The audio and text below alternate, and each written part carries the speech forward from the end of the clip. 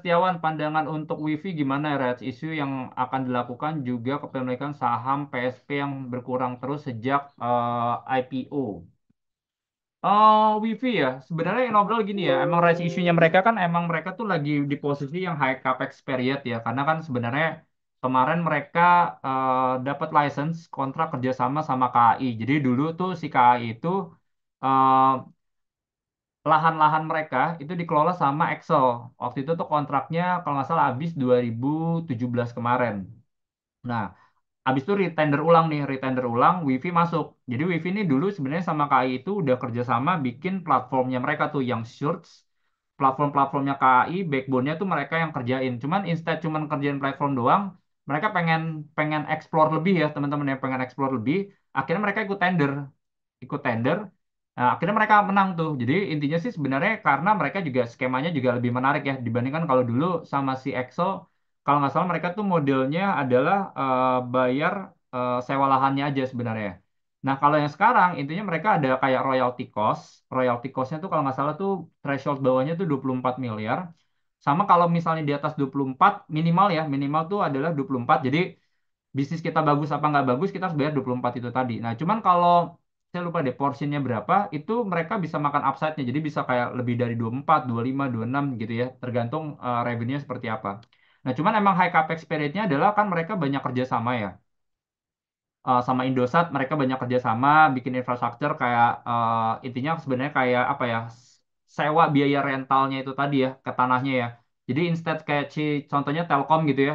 Mereka kan kalau misalnya nggak kerja sama kan jadi mereka tuh harus kayak ke atas dulu ke kiri baru ke bawah. Jadi investment cost-nya kan jadi lebih mahal. Nah, jadi mereka mending kerja sama sama si WiFi.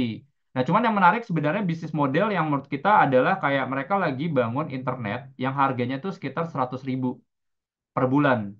Nah, menariknya adalah ini bisnis itu unused capex-nya rendah. Kayak contohnya kalau teman-teman lihatin datanya tuh 92% home pass rate-nya.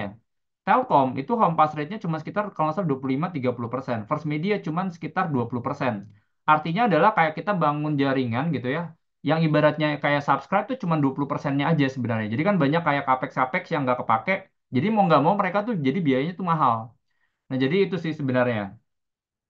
Sebenarnya saya masih punya belief masih bagus ya teman-teman ya kalau buat wifi ya. Since kalau kita lihat kan kompas rate-nya ini menurut kita bagus. Kedua sebenarnya lagi ada ongoing discussion, ada investment yang mau masuk. Kita coba kayak kemarin sempat hitung-hitung gitu ya. Kalau misalnya contohnya EBITDA-nya itu didiskon aja signifikan dibanding market cap sekarang tuh bisa gede juga. Nah jadi itu sih Pak Indra ya. Jadi bisa dipertimbangkan. Cuman hati-hatinya itu ya, gimana caranya mereka kayak nge-utilize revenue-revenue mereka. Cuma mereka banyak sih kerjasama. Indosat mereka kerjasama, ini mereka kerjasama sama Starlink mereka juga kerjasama kemarin. Jadi Starlink kemarin tuh nyari tempat buat naro receiver mereka kan mereka low orbit satelit. Habis itu kan di kayak receiver ke internet gateway kan. Nah, cuma susah buat cari yang sebenarnya lahan yang kayak space-nya kosong gitu ya. Karena kan kalau di gedung-gedung mereka agak susah ya, sinyalnya kan agak susah. Nah, akhirnya kemarin mereka kerjasama di situ. Jadi banyak yang bisa dieksplor sih sebenarnya buat yang si WiFi ini ya.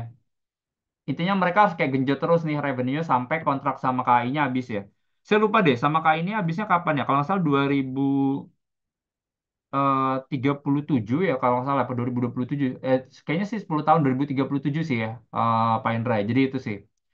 BTN LDR-nya tinggi apakah masih